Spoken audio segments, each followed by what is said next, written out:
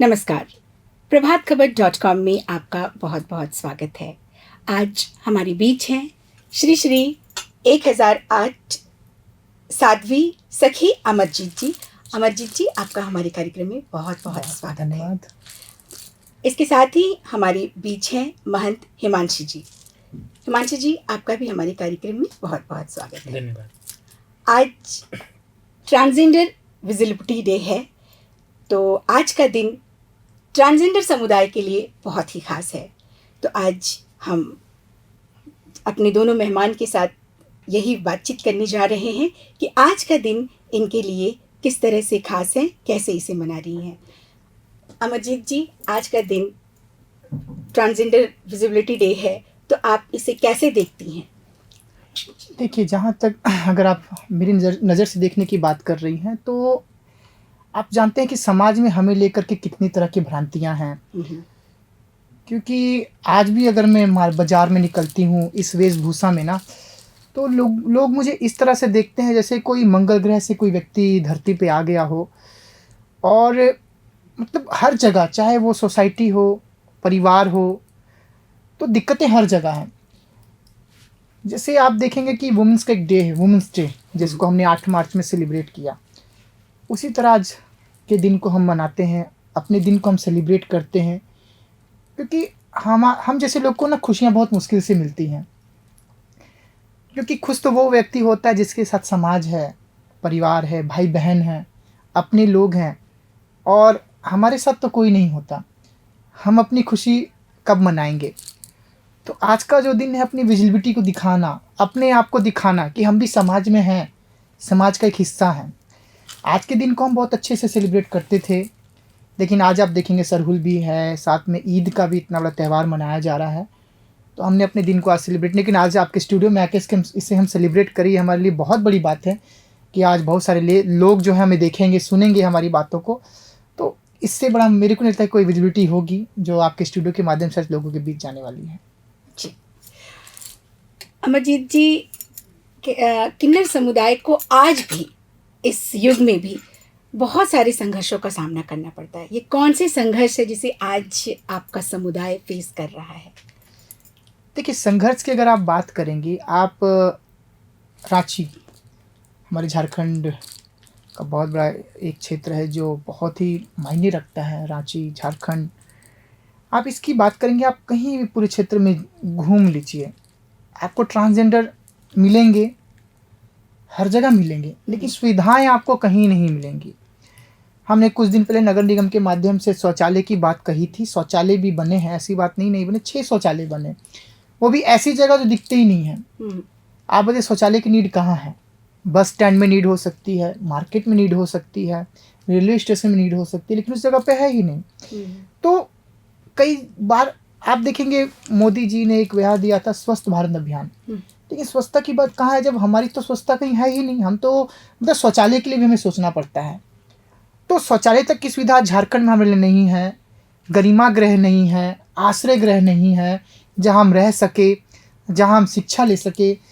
जब मैं छोटी थी, मुझे याद है, तो बहुत मेरे साथ टॉर्चर होता था, और मुझे मेरे परिवार ने वैसे तो एक्सेप्ट किया, लेकिन कई ऐसे परिवार हैं जो अपने बच्चों को स्वीकार नहीं करते हैं, तो उनको घर से निकाल दिया जाता है। अब वैसे बच्चे कहाँ रहेंगे, आप बताइए? तो उनके लिए सरकार को आश्रय गृह बनाने चाहिए जहाँ पे ऐसे, क्योंकि महिलाओं को उतनी ज़रूरत नहीं है, पुरुषों को नहीं, क्योंकि हम जैसे लोगों को ज़्यादा है इसकी, क्योंकि हमें कोई स्वीकारता नहीं है। आप सोचिए, एक बच्चा जो जन्म लेता है, जो समाज को नहीं जानता, 6 साल 10 साल का बच्चा, अगर उसको घर से निकाल दिया जाए, अब जब अपने घर से निकाल दे तो कौन उसे स्वीकार करेगा? तो जब हम घर से निकाले जाते हैं, तब हमारे गुरु जो होते हैं, जो हर एरिया के एक लीडर होते हैं, वो हमें एक्सेप्ट करते हैं, अपना बच्चा समझ के पालते हैं, अपने सीने से लगाते हैं।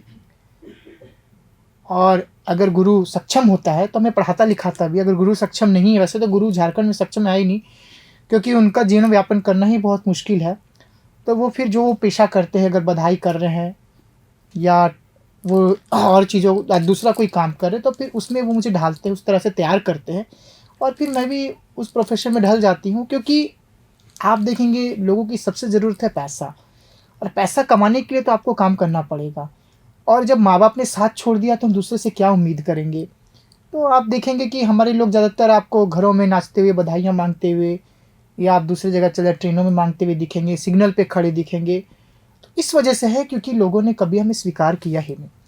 आप किसी भी प्राइवेट सेक्टर या सरकारी सेक्टर देख लीजिए, टाटा को छोड़ करके किसी भी सेक्टर में आपको ट्रांसजेंडर वर्क करते हुए नहीं दिखेंगे। आप हमारे पड़ोसी राज्य बिहार चले जाइए, अभी दरोगा में ट्रांसजेंडर हैं। छत्तीसगढ़ में चले जाइए, वहाँ पे भी पुलिस में बहाली की गई है। 2014 में नालसा जजमेंट आया था, उन्होंने सभी राज्य सरकारों को आदेश दिया था ट्रांसजेंडर वेलफेयर बोर्ड बनाने के लिए, क्योंकि जब तक वेलफेयर बोर्ड नहीं बनेगा हमारी उन्नति नहीं होगी, हमारा कोई काम नहीं होगा। सोचिए अभी 2025 आ गया, 14 से 25 इतना समय लग गया, अभी तक झारखंड में वेलफेयर बोर्ड नहीं बन पाया। हमने रांची हाई कोर्ट के माध्यम से, सोनल तिवारी एडवोकेट के माध्यम से हमने PIL डाली कि वेलफेयर बोर्ड बनना चाहिए। सिर्फ PIL की वजह से उन्होंने ऑन पेपर सिर्फ वेलफेयर बोर्ड का निर्माण किया, और वो अभी भी जमीनी स्तर पर वो काम नहीं कर रहा है। पता नहीं कब सरकारें जागेंगी, कब लोग आएंगे हमारे लिए खड़े होंगे, इसका कब कितना समय लगेगा हमें नहीं पता। जी अमरजीत जी, संघर्षों की बात आपने कही, चुनौतियां भी हैं आपके समुदाय में। क्या अपेक्षाएं हैं जो आप चाहती हैं कि सरकार आपके लिए पहल करे, सरकार आपके लिए जो भी समस्याएं हैं उसका समाधान निकाले? तो ये समाधान कैसे निकल सकता है, आप क्या कहेंगे? देखिए, हर एक व्यक्ति की नीड होती है रोटी, कपड़ा और मकान, वो हमारी भी है। अगर हमारे को रहने के लिए जगह हो और शिक्षा हो हमारे पास, तो हमें भी काम मिलेगा। अब आप हमारे समुदाय के 80% लोग जो हैं, जो पढ़े लिखे नहीं हैं, अब उनको रोजगार कहाँ से मिलेगा? क्योंकि शिक्षा का अभाव हमारे समुदाय में बहुत ज़्यादा है। क्योंकि आप स्कूलों में हमारे समुदाय को आप नहीं देखेंगे। क्यों नहीं? क्योंकि एक बच्चा जो पढ़ रहा है स्कूल में, वो जब तक मैच्योर नहीं होता उसको पता ही नहीं चलता कि वो अलग है। आपने कभी छोटे ट्रांसजेंडर्स को भी नहीं देखा होगा, 8 साल 6 साल, इतने छोटे छोटे ट्रांसजेंडर आपको नहीं दिखेंगे, क्योंकि वो बच्चे को पता कब चलता है, जब वो 8 में होता है, 9th में होता है, तब उसको पता चलता है कि मैं अलग हूँ, मैं डिफरेंट हूँ, मुझ में ये कमियाँ हैं।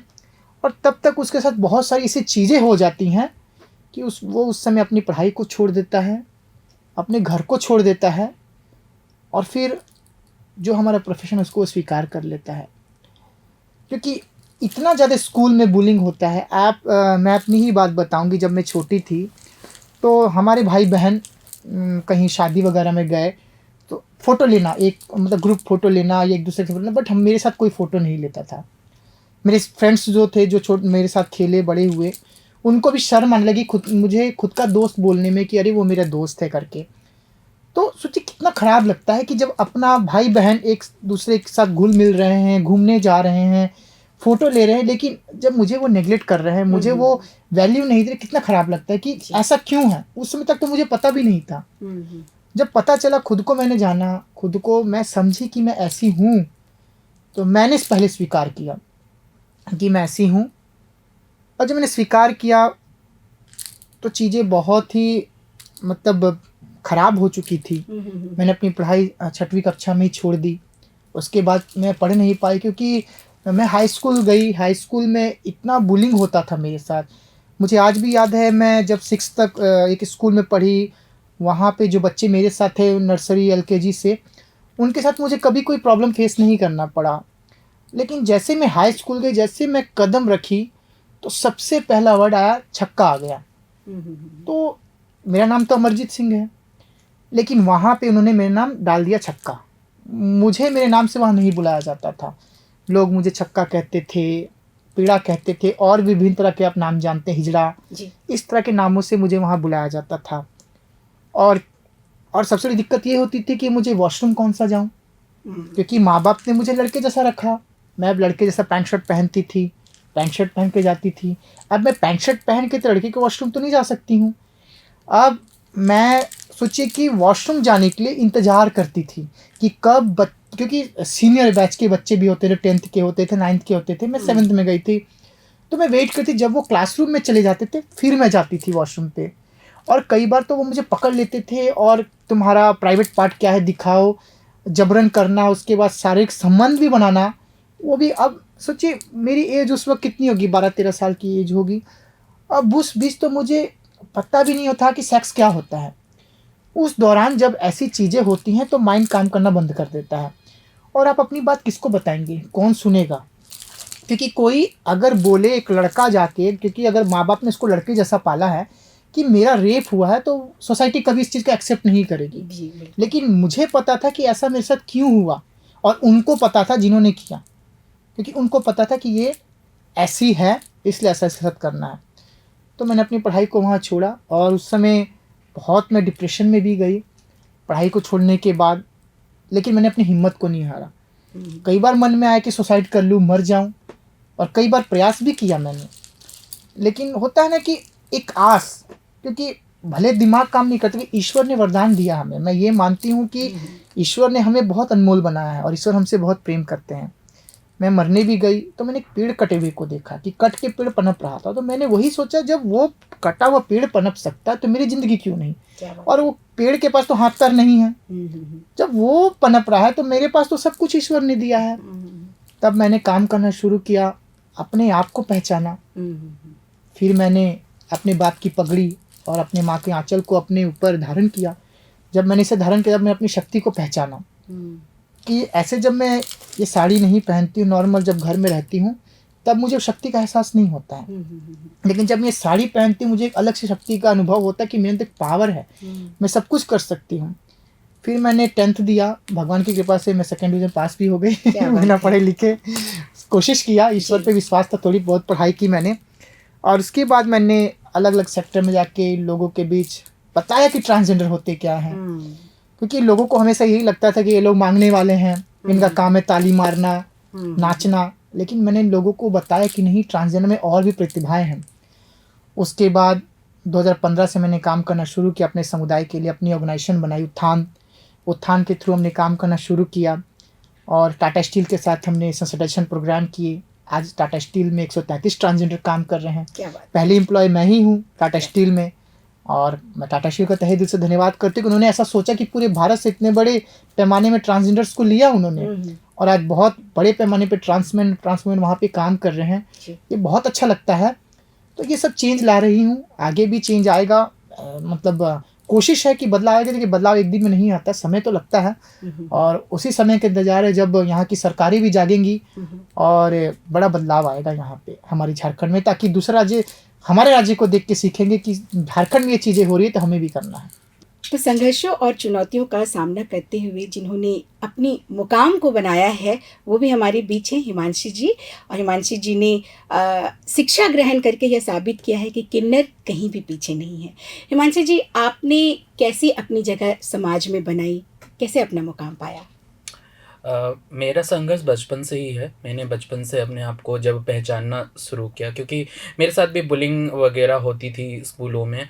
मैंने उस समय अपने आप को कहीं न कहीं संकुचित कर लिया था, अपने आप एक्सप्रेशन को कहीं न कहीं सीमित कर लिया था, अपने आप को ज़्यादा एक्सप्रेस नहीं करती, क्योंकि उससे जितना ज़्यादा एक्सप्रेस करूँगी उससे ज़्यादा पता चल जाता था कि नहीं, ये टारगेट करने लायक है और इसके ऊपर बुलिंग करो। फिर भी मेरे साथ बुलिंग होती थी।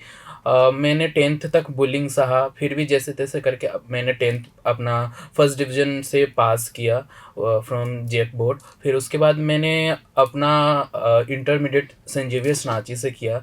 देन इंटरमीडिएट के बाद मैं ग्रेजुएशन की इंग्लिश ऑनर्स से, और उसके बाद साथ ही साथ मैं उत्थान से जुड़ी, माताजी के साथ जुड़ी। उस समय मैं उत्थान से जुड़ के प्रोजेक्ट, उस टाइम पे वजूद प्रोजेक्ट थी, मैं उस टाइम पे एमनी ऑफिसर के तौर पे काम करती थी।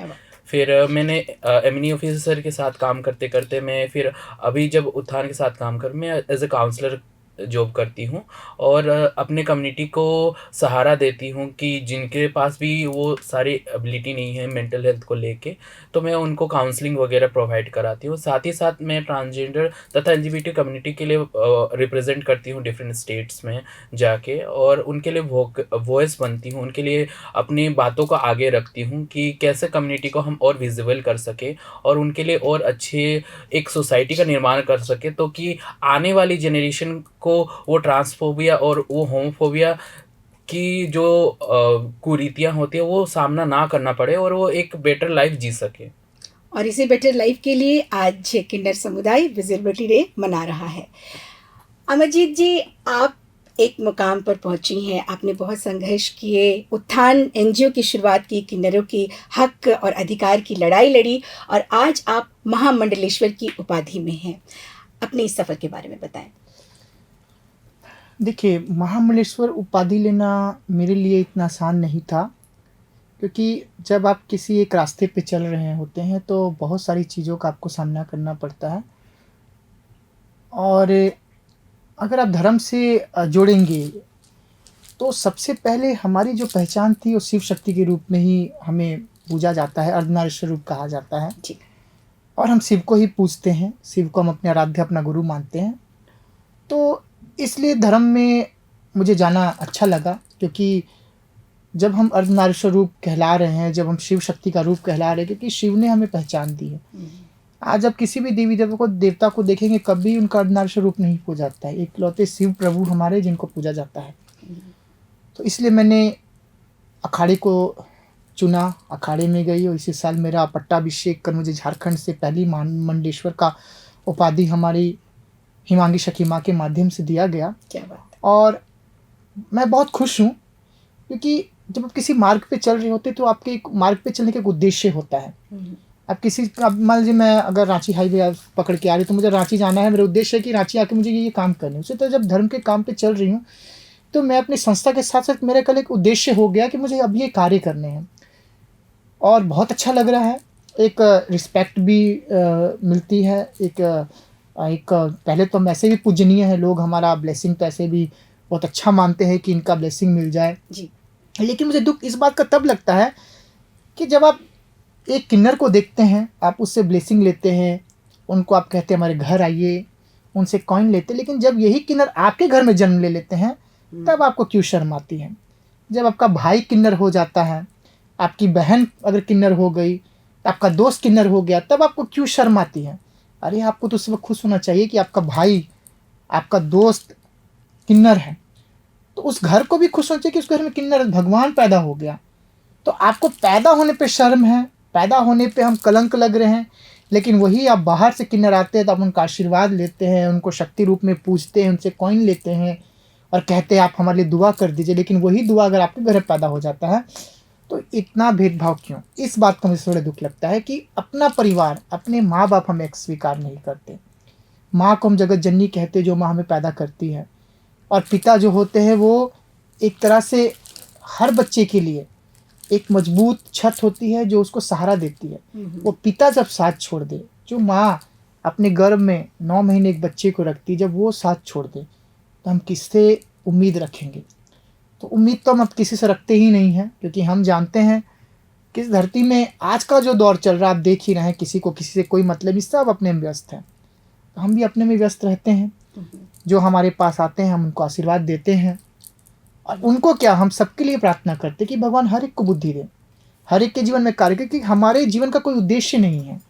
हमें शादी नहीं करनी, हमारे बच्चे नहीं होंगे जिनके लिए हमें जीवन में व्यापन करना है, जिनके लिए पैसा जमा करने हैं। हम चाहते हैं हम समाज का उत्थान करें, इसलिए अपनी संस्था का नाम हमने उत्थान रखा कि हम अपने उत्थान संस्था के माध्यम से समाज का उत्थान कर सके, समाज में जो भ्रांतियां हमें लेकर के पैदा है उनको ख़त्म कर सके, हमारे लोगों में जो विचारधारा है उनको ख़त्म कर सके। सोसाइटी में जो इतना उथल पुथल है, आज के टाइम में लोग सिर्फ पैसे के पीछे भाग रहे हैं, लोगों को सिर्फ पैसा दिखता है। पैसा महत्वपूर्ण है, लेकिन उससे महत्वपूर्ण है रिश्ते, क्योंकि रिश्ते ही नहीं रहेंगे तो किसके लिए पैसा हम कमाएंगे।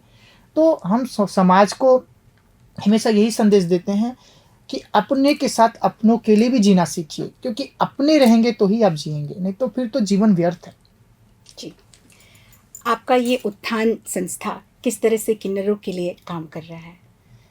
देखिए, जो उत्थान संस्था है इसमें हम किन्नरों के उत्थान की ही बात करते हैं, LGBTQ समुदाय की। जैसे आप सोशल स्कीम से जोड़ना, इनका मतलब जो भी डॉक्यूमेंट्स है उसको बनाना, अगर जिसके पास शिक्षा नहीं है शिक्षा से जोड़ना, और मान लीजिए अगर किसी को घर से निकाल दिया उसके लिए घर का अरेंज करना, सरकार से लड़ना, क्योंकि लड़े बिना तो कोई अधिकार मिलना नहीं। सरकार से भी हम फाइट करते, PIL डालते, PIL के माध्यम से हम फाइट करते कि हमें ये चीज़ चाहिए। आप देखें कोविड, इतना बड़ा कोविड आया था, पूरा देश उथल पुथल हो गया था, सभी इधर उधर भाग रहे थे। हमारा समाज जो बधाइयाँ लेता है ट्रेनों में मांगता, सड़कों पे मांगता। सोचिए कितनी मुश्किल थी हमारे लिए। वैक्सीन लेने के लिए हमें लड़ना पड़ा। कोविड के टाइम पे मैं गाड़ियों से आती थी डीसी ऑफिस में, चाईबासा, जमशेदपुर, रामगढ़, सरायकेला, खरसवां घूमती थी कि हमें वैक्सीन चाहिए, क्योंकि उस समय क्या था कि आपके आईडी प्रूफ पे ही आपको वैक्सीन मिलेगा, और हमारे लोगों के पास आईडी प्रूफ नहीं थे, आधार कार्ड नहीं है, कैसे वैक्सीन लगेगा? आखिर हमें भी तो जीना है। हमने लड़ के एडवोकेसी कर करके, उसमें छवि रंजन सर थे, पहल छवि रंजन सर डीसी ने की। यहाँ पे एक आधार कार्ड से 30 लोगों का वैक्सीनेशन हुआ जी। फिर जमशेदपुर इस सिंहभूम में सूरज कुमार डीसी सर थे, उनके माध्यम से पहल हुई और उन्होंने 40 लोगों का, एक आधार पर 40 लोगों का वैक्सीनेशन हुआ। उसके बाद सरायकेला और चाईबासा के एक ही डीसी होते थे, उनकी पहल से सरायकेला और चाईबासा में वैक्सीनेशन हुआ। तो सोचिए कोविड के टाइम पे भी हमें फाइट करना पड़ा वैक्सीन लेने के लिए। तो आप सोचिए किस स्तर तक सरकारों का ध्यान हम पर है। आज देखेंगे कि हमारी जो सरकार है, जेएमएम सरकार, पेंशन योजना लागू की है, लेकिन आज तक किसी को 1 रुपया नहीं मिला। हम बार बार जाते हैं, बार बार बात करते हो, बोलते पास हो गया, पास कहाँ है? आप देखेंगे कि उनको वोट बैंक की राजनीति है, 2500 रुपये महिलाओं को दे रहे हैं। हमारा तो 1000 जो आपने पास किया वो भी नहीं आ रहा है।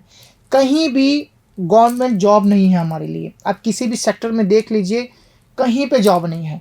एनएचएम ने एक ट्रांसजेंडर को सीएचओ बनाया था, वो भी एनएचएम के पास हम बार बार जाते थे, उनको बताते थे कि हम भी हैं।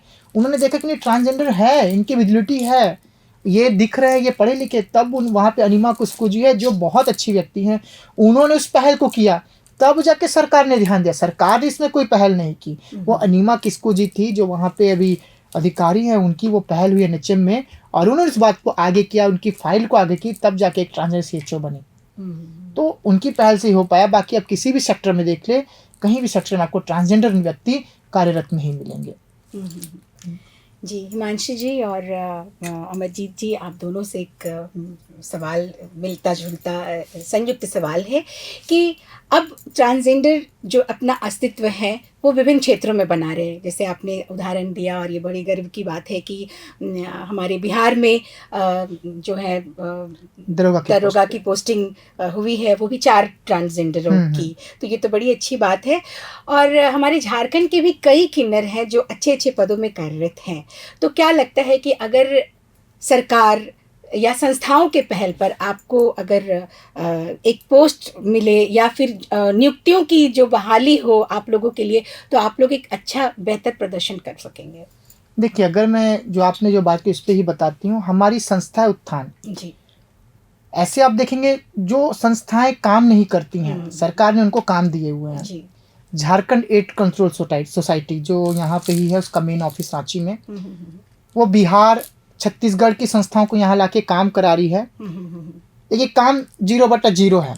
उनको हमने कई बार बोला कि हमारी संस्था को मौका दीजिए, हम बेहतर काम करके दिखाएंगे। क्योंकि हमारी संस्था को अगर आप काम देते हैं तो उसमें ट्रांसजेंडर काम करेंगे, तो ट्रांसजेंडर अगर कहीं जाएंगे तो लोगों में हमारी विजिबिलिटी बढ़ेगी, लोग देखेंगे कि हाँ ट्रांसजेंडर आ रहे हैं। नुक्कड़ नाटक इतने होते हैं, हमने कई बार वो बोला कि पोषण माह पे है या किसी तरह और तरह का नुक्कड़ नाटक हमारे समुदाय को दिया जाए, हमारी संस्था को दिया जाए, उसमें भी सरकारों का कोई ध्यान नहीं है। तो हम उम्मीद कहाँ करें, क्योंकि हमने इतने प्रपोजल दिए, प्रपोजल सिग्नेचर हो गए, प्रपोजल पास हो गया, लेकिन उसका पैसा हमें नहीं मिला। वो बोले साइन नहीं हुआ, चीज़ें नहीं हुई। अब तो इसी में कई बार तो हम उम्मीद भी हार जाते हैं कि शायद कुछ नहीं होगा। देखते हैं आगे क्या होता है, क्योंकि उम्मीदें हमेशा हम बनाते हैं। आज भी उम्मीद हम बनाए।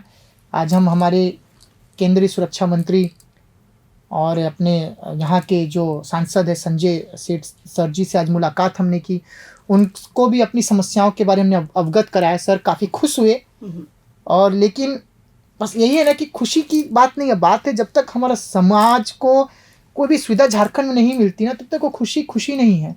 क्योंकि आप शिक्षा की बात कर लीजिए, अगर स्वास्थ्य की बात कर लीजिए या रोजगार की बात कर लीजिए, किसी भी सेक्टर में हमारे समुदाय आपको नहीं दिखेंगे। आज इतना बड़ा, इतने सदर अस्पताल है, हमारे लिए सुविधाएं 0 हैं। ट्रांसजेंडर विंडो बना दिया गया है, लेकिन वो ट्रांसजेंडर के बारे नहीं जानते हैं, वो सेंसिटाइज नहीं है। तो गवर्नमेंट को सबसे पहले हमारे लिए सेंसिटाइजेशन प्रोग्राम करने चाहिए। जितने ज़िले हैं वहाँ के जितने अधिकारी, उनको सेंसिटाइज करना चाहिए कि ट्रांसजेंडर एक्चुअल में होते क्या है। देखिए, हमें भी जिस तरह से आप एक महिला हैं, आपकी बहुत सारी ज़रूरत है, हमारी बहुत सारी ज़रूरत है, लेकिन लोगों को बस इतना ही पता कि हमको ये चाहिए। तो और भी ज़रूरत है, लेकिन उनको जब तक बताया या समझाया नहीं जाएगा उनको पता ही नहीं चलेगा। तो सबसे पहले सरकार को ये जारी करना चाहिए कि हर एक सेक्टर में सेंसिटाइजेशन प्रोग्राम चलाने चाहिए। सारे व्यक्ति अगर सेंसिटाइज हो जाएंगे तो हमारे लिए काम करना बहुत आसान होगा, और चीज़ें जो हम इतना भागदौड़ कर रहे हैं यार, वो शायद कम हो और चीज़ें आगे जा करके बहुत बेहतर होंगी। जी, हिमांशु जी, आप सरकार से क्या उम्मीद रखती हैं? नालसा जजमेंट में ये कहा गया था कि ट्रांस को कुछ रिजर्वेशन मिलना चाहिए, कोई भी सरकारी जॉब आती हैं, बट आज तक उस रिजर्वेशन पे कभी बात नहीं हुई है। मुझे सरकार से बस यही अपील करना कि जो हमारे जैसे बच्चे पढ़े लिखे हैं, जिनको अपॉर्चुनिटी की कमी है, उनको आप अपॉर्चुनिटी दीजिए, वो बेहतर काम करके दिखाएंगे। मैं ग्रेजुएट हूँ इंग्लिश ऑनर्स में, मैंने अपना ग्रेजुएशन किया है, मैं कैपेबल हूँ, मेरे पास क्वालिफिकेशन है, मेरे पास क्वालिटीज़ हैं, बट अपॉर्चुनिटी ही नहीं मिल रही है। तो हम कैसे, क्योंकि डिस्क्रिमिनेशन और स्टिग्मा हमेशा बनी रहती है। यदि मैं इस रूप में जाकर इंटरव्यू दूंगी तो वो मुझे डिस्क्रिमिनेट करेंगे और मुझे वहाँ जॉब रखेंगे ही नहीं। मैं जितने भी क्वालिफाइड क्यों ना रहूँ, जितने भी मैं अच्छे मेरे मार्क्स क्यों ना रहें, वो मुझको वो अपॉर्चुनिटी ही नहीं देंगे, क्योंकि मैं ट्रांसजेंडर हूँ। तो ये डिस्क्रिमिनेशन और स्टिग्मा हमेशा बने रहेगी जब तक सरकार जागेगी नहीं और उसके ऊपर काम नहीं होगी। जो मैम ने बोला, माता जी ने बोला कि सेंसिटाइजेशन एक बहुत बड़ा मुद्दा है। जब तक लोग सेंसिटाइज नहीं होंगे, डिफरेंट ऑर्गेनाइजेशन जब सेंसिटाइज करती है तो वो सेंसिटाइजेशन हर विभाग में होनी चाहिए, तब जाके कहीं ना कहीं हमारी विजिबिलिटी को लोग जानेंगे, हमारी समस्याओं को जानेंगे, तब जाके ही कुछ ना कुछ हो पाएगी। तो अपॉर्चुनिटी की जो कमी है उसको पूरा करने की ज़रूरत है, और रिजर्वेशन जैसे मुद्दों को और सक्षम तौर से उसे ज़मीनी पे उतारना चाहिए, तब जाके ही हमारा उत्थान कहीं ना कहीं हो पाएगा। हम दर्शकों से कहना चाहेंगे, आपके माध्यम से ये जानना चाहेंगे कि समाज आज भी एक सौतेला रवैया आप लोग से कर रहा है, समुदाय से कर रहा है, तो आपकी समाज से क्या अपेक्षाएं हैं? देखिए, समाज से हम अपेक्षाएं नहीं रखते हैं, क्योंकि हमने समाज को बहुत समझाया बताया। तो समाज हमेशा एक ही पहलू को देखता है कि आप ऐसे हैं, आपका तरीका गलत है, आप लोगों को बात करने देता, आप ट्रेनों में बहुत परेशान करते हैं, आप घरों में बधाइयाँ लेने आते तो बहुत परेशान करते हैं। तो मैं सबसे यही बोलना चाहिए, हर सिक्के के दो पहलू होते हैं। आप एक को देख रहे, दूसरे पहलू को आप नहीं देख रहे हैं। आपने जो ट्रेनों पे मांग रहे हैं, जो आप बोल रहे हैं कि आप गलत तरीके से मांग रहे हैं, घरों में आके गलत तरीके से मांग रहे, इसके लिए मजबूर किसने किया? समाज ने किया। आज अगर वही समाज मुझे घर से नहीं निकालता, वही समाज मुझे स्वीकार करता, तो आज मैं नहीं मांग रही होती, आज मैं सड़कों पे नहीं होती, ट्रेनों में नहीं मांग रही होती। तो ये समाज की गलती है। जब समाज में स्वीकार करेगी, ऐसे माता पिता में स्वीकार करेंगे, तब जाके बदलाव आएगा और तब जाके चीज़ें बदलेंगी। तो मैं ऐसे माता पिता से, ऐसे भाई बहनों से और ऐसे दोस्तों से, जिनके दोस्त जो ट्रांसजेंडर हैं, उनसे यही अपील करती हूँ कि आप उनको स्वीकार करें। हम भी जीना चाहते हैं, हमारा भी दिल है, हम भी प्यार चाहते हैं। प्यार तो एक जीव भी चाहता है। कई बार तो मुझे ये बहुत दुख लगता है कि कुत्ता जब घर में हम पालते हैं तो उसको बहुत प्यार करते हैं, साथ खिलाएंगे, घुमाने लेकर के भी जाते हैं, डॉक्टर के पास समय समय पे लेके जाएंगे, इंजेक्शन लगवाएंगे। तो उससे भी ख़राब ज़िंदगी मेरी है देखा जाए तो। हमको तो डॉक्टर के पास भी लेके नहीं जाएंगे, घुमाना तो दूर की बात है, घर पे तो रखेंगे भी नहीं, साथ खाने तो दूर की बात हो गई। तो कई बार ये भी लगता है कि अरे वो कुत्ते की ज़िंदगी मेरे से ज़्यादा अच्छी है, मैं तो उससे कहीं बहुत ख़राब हूँ। तो सोचिए समाज की सोच कहाँ है। तो यही है कि हम जानवर नहीं हैं, हम इंसान हैं। हमें भी प्यार चाहिए, जिस तरह से आप उस जानवर को प्यार कर रहे हैं, हमें भी प्यार चाहिए। हम भी चाहते हैं कि हमारे साथ कोई घूमे, हमारे साथ कोई सेल्फी ले डाले कि ये मेरी दोस्त है, ये दोस्त मेरी किन्नर है, ये ऐसी है, ये ऐसी है। तो सोचिए कितना अच्छा लगेगा। तो ये चीज़ें कब होंगी पता नहीं, लेकिन मैं आपके चैनल के माध्यम से समाज को यही संदेश देना चाहूँगी कि घृणा ना कीजिए। अर्धनास्वरूप अगर आप हमें स्वीकार करते हैं, चाहे वो किसी भी धर्म के व्यक्ति हों, आप हमें स्वीकार कीजिए। हमारा दिल बहुत अच्छा होता है, क्योंकि हमें ईश्वर ने बहुत स्पेशल बनाया है। हम जितना आप प्यार हमें देंगे, हम उससे दुगना आपको देंगे। तो हमें स्वीकार कीजिए, हमें धिक्कारिए नहीं। जी, जैसा आपने कहा कि सिक्के के दो पहलू होते हैं, तो अमरजीत जी, ऐसे कई परिवार आपने देखा होगा जो अपने किन्नर बच्चों को पाल पोस करके बड़ा करते हैं। तो आप ऐसे परिवारों को क्या कहना चाहती हैं कि कैसे वो अपने बच्चों को समाज के सामने लाए, उनकी परवरिश करें? देखिए ये जो आप बात बोल रहे हैं, झारखंड में गिने चुने ऐसे ही 1-2 परिवार होंगे। मेट्रो सिटी में थोड़ा बदलाव है क्योंकि लोग पढ़े लिखे हैं। तो अब देखिए, हम 100 की संख्या में अगर 2 लोगों को इज्जत मिल गई है और 98 लोग को नहीं मिली, तो आप कैसे जज करेंगे कि बहुत अच्छा हो रहा है? जी। अभी भी तो 98 लोग बेघर है ना। और जो माता पिता ने अपने बच्चे को स्वीकार, जैसे मेरी माँ ने मुझे स्वीकार किया, मेरे पिता ने, मेरे भाई बहन ने हिमांशी को भी स्वीकार किया, उसके माता पिता भाई बहनों ने, तो हम प्राउड फील करते हैं और मेरे माँ बाप भी प्राउड फील करते हैं। लेकिन प्रॉब्लम सोसाइटी को ज़्यादा होती है कि अरे तेरा बेटा है, साड़ी पहन रहा है, वो ऐसी हरकतें कर रहा है, उसको कुछ हो गया होगा, उसको बाबा तांत्रिक के पास ले जाओ, उसका डॉक्टरी इलाज कराओ। या जैसे भाई के मेरे दोस्त थे, वो बोलते हैं अबे वो तो छक्का बन गया है, पैसा कमाने के लिए छक्का बन गया होगा क्योंकि तुम लोग को तो बहुत पैसा मिलता है। तो ये वाली सोच सोसाइटी में बहुत ज़्यादा है। अगर मैं किसी व्यक्ति को बोलूँ कि मैं तुमको 5,000 रुपये दे रही, कोई मर्द को, आप पूरा मार्केट में बिंदी लिपस्टिक लगा के घूमो, कभी वो व्यक्ति नहीं घूमेगा क्योंकि इसमें वैसी क्षमताएं नहीं है। मुझ में थी तभी मैं घूम रही हूँ। क्योंकि सिर्फ साड़ी पहनना बहुत आसान बात नहीं होती है, ये बहुत संघर्ष भरी लाइफ होती है। आप एक व्यक्ति जब साड़ी पहनता है, बिंदी लगाता है, तो बहुत आप छक्का फलना अपना डिंगली नाम देते हैं। लेकिन वो जब टीवी में जब आपको हंसाने के लिए को आता है, तब आप बहुत अच्छे तरीके से देखते हो। गोविंदा कभी भी लड़की बन जाता है, अक्षय कभी भी लड़की बन जाती है, द कपिल शर्मा शो में वो गुत्थी पलक आ जाते हैं लड़की बन के, तब आप बहुत अच्छे से एंटरटेन होते देखते हैं, तब आपको बहुत अच्छा। लेकिन वही कोई व्यक्ति, हमारे जैसा व्यक्ति आ जाता है, तब आपको तो अरे ये ऐसा है वैसा है। कई बार तो वॉशरूम के लिए, जैसे मैं साड़ी पहनी हूँ, अब मैं महिलाओं के वॉशरूम में जाऊँगी तो महिलाएं मना कर देती हैं, ये वॉशरूम इस्तेमाल मत कीजिए। अब बताइए, मैं खुद को एक महिला ही मानती हूँ और महिला हूँ मैं, सिर्फ मैं बच्चा पैदा नहीं कर सकती, लेकिन हूँ तो मैं महिला। तो मैं कहाँ जाऊँ?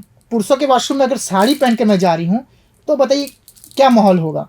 तो बहुत मुश्किल है। तो माता पिता को और सरकारों को और जितनी सोसाइटियाँ हैं, जैसे इनर व्हील हो गया, रोटरी क्लब हो गया, इन सबको ऐसी पहल करनी चाहिए कि हमारे लिए थोड़ा सा सोचें। मैं ज़्यादा नहीं बोल रही, थोड़ा सा सोचें तो बदलाव बहुत जल्द आएगा और चीज़ें बहुत बेहतर होंगी। क्योंकि हमें बहुत सारी प्रतिभाएं हैं। आप एक बार खाली हमें निखार के देखिए, हम ऐसे निखरेंगे कि आप भी नहीं सोच पाएंगे कि कैसा है ये। जी, जैसे आपने प्रतिभा की बात कही, तो कहते हैं ये भी रूप है कि किन्नर ईश्वर का वरदान है। तो कई ऐसे एग्जाम्पल्स सोसाइटी में हैं कि आप लोगों में प्रतिभाएं बहुत आती हैं। तो आपके सोसाइटी में कुछ उदाहरण दें जिनकी प्रतिभाएं आपके सदस्यों की हैं। देखिए, प्रतिभाएं सबसे मेरी को देख लीजिए ना। अगर मेरी स्कूलिंग आप करेंगे तो मैं 6 तक पढ़ाई की, लेकिन आज अपने समुदाय के लिए काम कर रही हूँ। काम करना इतना आसान नहीं है, क्योंकि एक समाज को एक प्लेटफॉर्म पे लाना, कई बार तो मैं हार जाती हूँ। क्योंकि आज देखें 2015-2026 हो गया, आज तक झारखंड में एक काम अपने समुदाय के लिए नहीं कर पाई हूँ। पहले जब मैं एक कार्यक्रम करती, समुदाय को कॉल करती थी, तो पूरा समुदाय इकट्ठा हो जाता था कि मेरे लिए काम हो रहा है। आज नहीं आता है, बोलता है हम आते हैं, तुम फोटो क्लिक करवाती हो, अपना फायदा करती हो और कुछ होता जाता है नहीं। क्योंकि उनको ये लगता है कि शायद मुझे बहुत कुछ मिल रहा है, लेकिन ऐसा कुछ नहीं है। सरकारें आज तक नहीं जागी, सरकारें सोई हैं और भी सेक्टर सोए हुए हैं, लेकिन समय आएगा और चीज़ें होंगी। और जहाँ प्रतिभाओं की बात करें, झारखंड में तो हमारे लिए कुछ नहीं है। हमारे बच्चे यहाँ पढ़ते लिखते हैं और बाहर चले जाते हैं, क्योंकि बाहर में उनके पास स्किल है। फैशन डिजाइनिंग में आप देखेंगे हमारे समुदाय के लोग बहुत ज़्यादा है, लेकिन सब पुणे में है, कोई गोवा में है। झारखंड के लोग वहाँ पे काम कर रहे हैं, कोई कलकत्ता में है, क्योंकि यहाँ पे उनके लिए कुछ ऑप्शन नहीं है ना। सरकारें ध्यान नहीं देती हैं, तो करे क्या बच्चे? अब झारखंड के बच्चे अपनी प्रतिभाओं को बाहर जाके दिखा रहे, तो उनके राज्य का विकास हो रहा है। हमारा राज्य तो वहीं का वहीं है।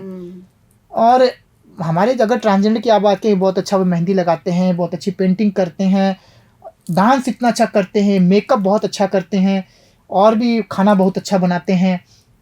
उसके से जिस भी सेक्टर में आप उसको रखवा दीजिए, वो उस काम को इतनी बेहतर तरीके से करेंगे।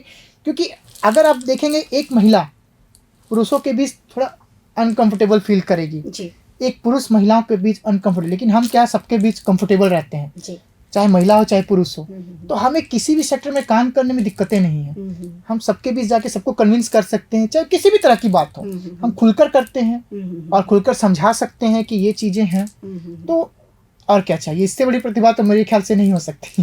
बिल्कुल जी, बस ज़रूरत है। प्रतिभाएं तो किन्नर समुदाय में बहुत है, ज़रूरत है तो अवसर की। अमरजीत जी, आजकल सोशल मीडिया का ज़माना है, हर कोई सोशल मीडिया में बिज़ी है। सोशल मीडिया में ऐसे कई रील्स, ऐसे कई वीडियोस होते हैं जिसमें किन्नरों की जो छवि है वो नेगेटिव दिखाते हैं। क्या कहना चाहेंगे आप? ये आज से चलता नहीं आ रहा है, ये नेगेटिविटी की आप जो बात करेंगे ये पुरानी मूवियों से चला आ रहा है। जॉनी लीवर लड़की बन गया, गोविंदा लड़की बन गया, तो ये हंसी का पात्र ही आप बना रहे। कभी आपने देखा कि कोई किन्नर को सीरियस स्टोरी में लिया गया हो? कंचना मूवी आई थी, उसमें भी कहीं कहीं किन्नर को हास्य का पात्र ही बनाया आपने। हमारी उस समय फाइट थी कि एक किन्नर की स्टोरी के लिए आपने एक किन्नर को नहीं लिया, आपने एक मर्द को साड़ी पहना के बिठा दिया। अगर आप किन्नर को लेके अगर आप काम करते तो किन्नर एक प्लेटफॉर्म पे होती। बिल्कुल। कई बार ऐसे आता है कि आप बना रहे हम पे फिल्में, लेकिन आप किरदार किसी और को दे रहे हैं। कभी आपने किसी किन्नर को रोल करते बहुत कम ही देखा होगा। तो हंसी का पात्र शुरू से ही बन गया। इसका भी कारण अगर थोड़ा पीछे जाएंगे उस समय से है, पहले के जो ट्रांसजेंडर होते थे वो देव योनि में गिनती आते थे।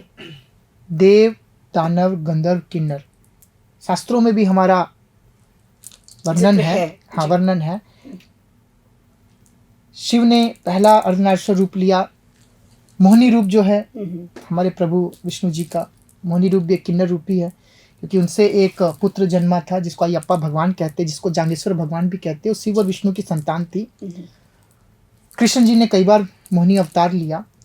तो ये बहुत पवित्र थे, हम उस समय पवित्र माने जाते थे, मंदिरों में रहते थे। फिर मुगल शासन आया। मुगल शासन ने जब परिवर्तन, धर्म परिवर्तन की बात जहाँ आने लगी, उन्होंने भी हमारा धर्म परिवर्तन कराया। हमें मंदिरों से उठा के हरम में रखना शुरू कर दिया। आपने देखा होगा पहले अकबर का जो सीरियल था उसमें भी दिखाते थे किन्नर उनके रानियों की सेवा करते थे, क्योंकि एक राजा 100 दिन के बाद रानियों के पास जाता था, तो किन्नर पे वो ट्रस्ट करते थे। और हमारे पेट में कोई बात पचती नहीं, हम जल्दी से किसी को बता देते हैं, तो सिर्फ राजा वो ट्रस्ट करता था हम पे। तो हरम पे हम रहना शुरू हो गए, हमारा धर्म परिवर्तन हो गया। फिर अंग्रेज आए। अंग्रेजों ने सबसे फाइट किया, मुगलों को भी साइड कर दिया, बाकी लोगों को साइड कर दिया। हमसे वो नहीं सक पाए, क्योंकि हम में ताकत थी।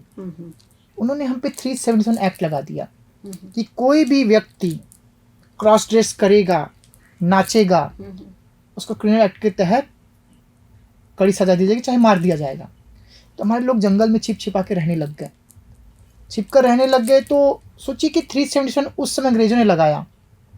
देश हमारे 1947 में आज़ाद हो गया, उससे पहले 377 लग गया होगा, बहुत पहले, 100 साल से ज़्यादा अंग्रेजों ने राज किया यहाँ पे। तो उतना समय लग गया, 2018 में जाके 377 हटा। हमने फाइट की तब जाके हटा। तो अब सोचिए कि कितना समय लग गया। आज भी आप देखेंगे कई सारी भ्रांतियाँ उस समय से जो हमें लेके चल रही हैं, आज भी हम खुल के समाज के सामने नहीं आते हैं। कई बार हमारे मरने को लेकर के अलग अलग तरह की बातें हो जाती हैं कि हम रात को अपनी शव यात्रा निकालते हैं। बहुत सारी भ्रांतियाँ हैं। तो उस समय से जो चलता आ रहा है ना, वो आज भी उस चीज़ को हम फॉलो कर रहे हैं, क्योंकि जो हमारे पूर्वजों ने जो चीज़ को स्वीकार किया उसको हम मान रहे हैं। तो यही सब चीज़ें हैं। आज हमने अपने इस कार्यक्रम के माध्यम से बड़े ही रोचक और बहुत ही अहम मुद्दे पर बात की। किन्नर समुदाय आज भी अपने हक और अधिकार की लड़ाई लड़ रहा है, और समाज को अब जो उनके बीच भ्रांतियां हैं उससे निकल करके इनके हाथ को थामने की ज़रूरत है। किन्नर समुदाय के लिए कोई साथ नहीं आगे बढ़ता, बल्कि ये अपनी लड़ाई खुद लड़ रहे हैं। तो आज हमारी बीच अमरजीत जी आई, और मैं एक बात आपके चैनल के माध्यम से कहना चाहूँगी कि हम जैसे लोग को आप कहीं भी देखते हैं ना, तो आप उनसे प्यार से बात कीजिए, नफरत से बात मत कीजिए। ये चीज़ आपके चैनल के माध्यम से। और जो हमारे गुरु होते हैं, आप विभिन्न में डिफरेंट एरिया में जाएंगे, हमारे गुरु हैं, उनको आप रिस्पेक्ट दीजिए, क्योंकि एक गुरु के अंडर में ना करीब 20 से 25 चेले होते हैं जो गुरु उनको पालते हैं। तो गुरु अगर आपके यहाँ आते हैं बधाई लेने के लिए, या कभी बच्चा हो गया, शादी हो गई, या अलग तरह के विभिन्न कार्य में आते हैं, तो आप उनको थोड़ा बहुत दे के ही भेजिए, ऐसे नहीं भेजिए, क्योंकि आप समझते हैं कि महंगाई के समय में ज़्यादा लोग को पालना बहुत मुश्किल है। और मैं अपने किन्नर समुदाय के जितने भी गुरु हैं उनको मतलब दंडवत प्रणाम करती हूँ, क्योंकि उन्होंने हमें संभाला है। आज जितने भी किन्नर आप सोसाइटी में देख रहे हैं, वो हमारे गुरु की वजह से ही आज सेफ हैं और सुरक्षित हैं और अपने कार्य को कर रहे हैं। जी, तो कार्यक्रम में आज हमारे बीच अमरजीत जी और हिमांशी जी उपस्थित हुई और इन्होंने बहुत ही गंभीर विषय पर अपनी बातों को साझा किया, जिसके लिए यह एक विषय जो है वो वाकई हम सबके लिए बहुत ही चिंतनीय है। अगले कार्यक्रम में हम एक नए विषय को लेकर के हाजिर होंगे। बने रहिए प्रभातखबर.com के साथ। नमस्कार। प्रभातखबर.com, विश्वास वही, रफ्तार नहीं।